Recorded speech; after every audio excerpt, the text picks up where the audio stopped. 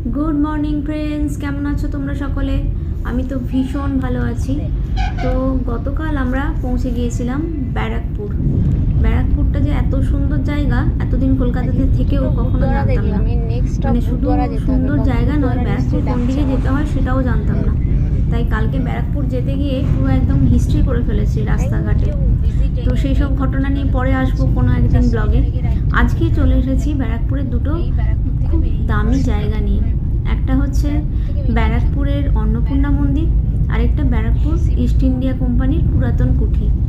যদিও খুবই ভাঙাচোরা জায়গাটা, কিন্তু কিছু ইতিহাস তো রয়েছে, তাই জন্য সেই ভিডিওটা তোমাদের সামনে। এই মুহূর্তে এখন আমরা ব্যারাকপুরের রাস্তার মধ্যেই আছি।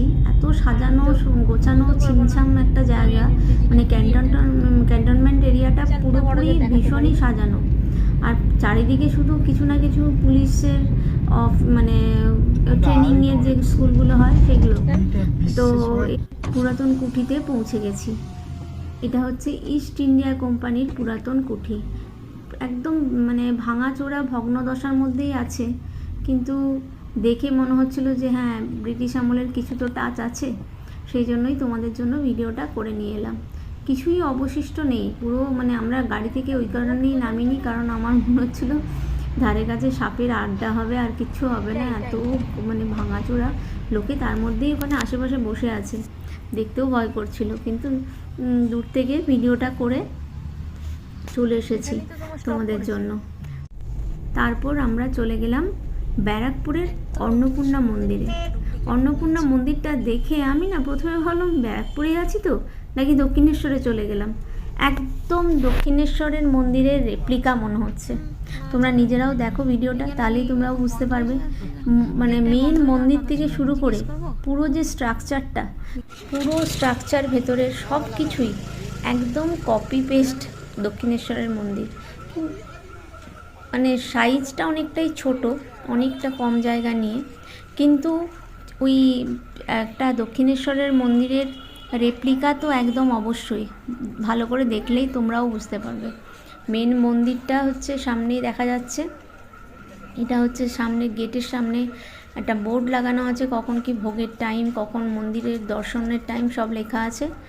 এই হচ্ছে মেন গেট দিয়ে ঢুকলাম। ঢোকার পরেই মন্দির সামনে। আর দক্ষিণেশ্বরের মন্দিরে যেমন অনেকগুলো শিব মন্দির আছে পরপর গঙ্গার ঘাটের দিকে, এখানেও তেমনি অনেকগুলো ছোটো ছোটো মন্দির আছে। আর সামনে একটা ওই নাট মন্দিরের মতো আছে, যেখান থেকে আমরা দক্ষিণেশ্বরের মাকে আমরা দর্শন করার চেষ্টা করি, কারণ 1 সেকেন্ডের বেশি তো ওরা ঠাকুরের সামনে দাঁড়াতে দেয় না। তো অনেকেই ওই নাট মন্দিরের কাছে বসে বা দাঁড়িয়ে চেষ্টা করে, সেই রকমভাবে এখানেও নাট মন্দির আছে। আর এই যে সাইডের বাড়িটা দেখলে, ওখানে ভোগ খাওয়ানো হচ্ছিল।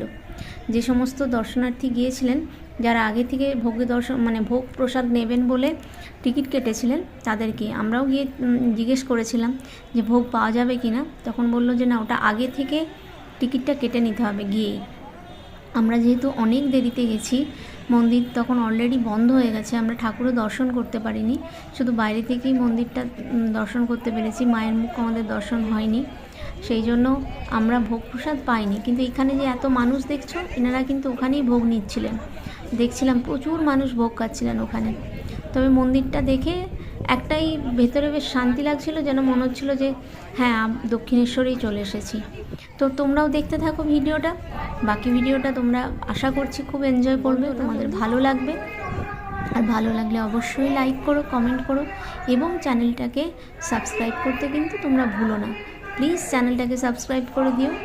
ভালো থেকো, সুস্থ থেকো। দেখা হচ্ছে আরও অনেক ব্যারাকপুরের ভিডিও নিয়ে।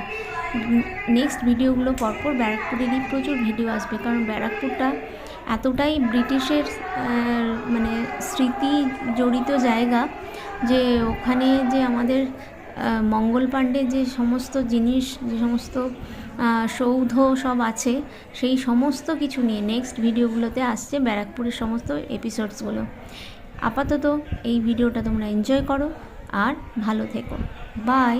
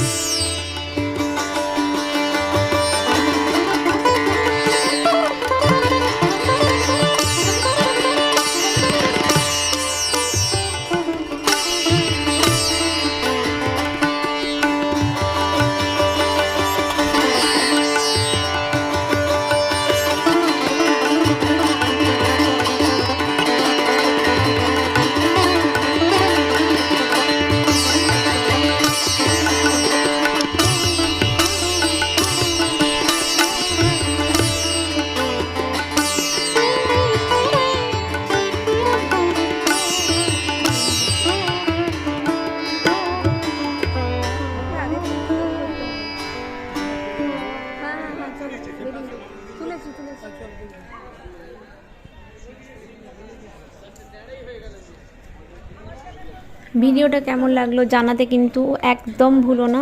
ভালো থেকো, সুস্থ থেকো, আর অবশ্যই চ্যানেলটাকে সাবস্ক্রাইব করে দিও। Tata, bye bye. একটা কন্টেন্ট তো হলো।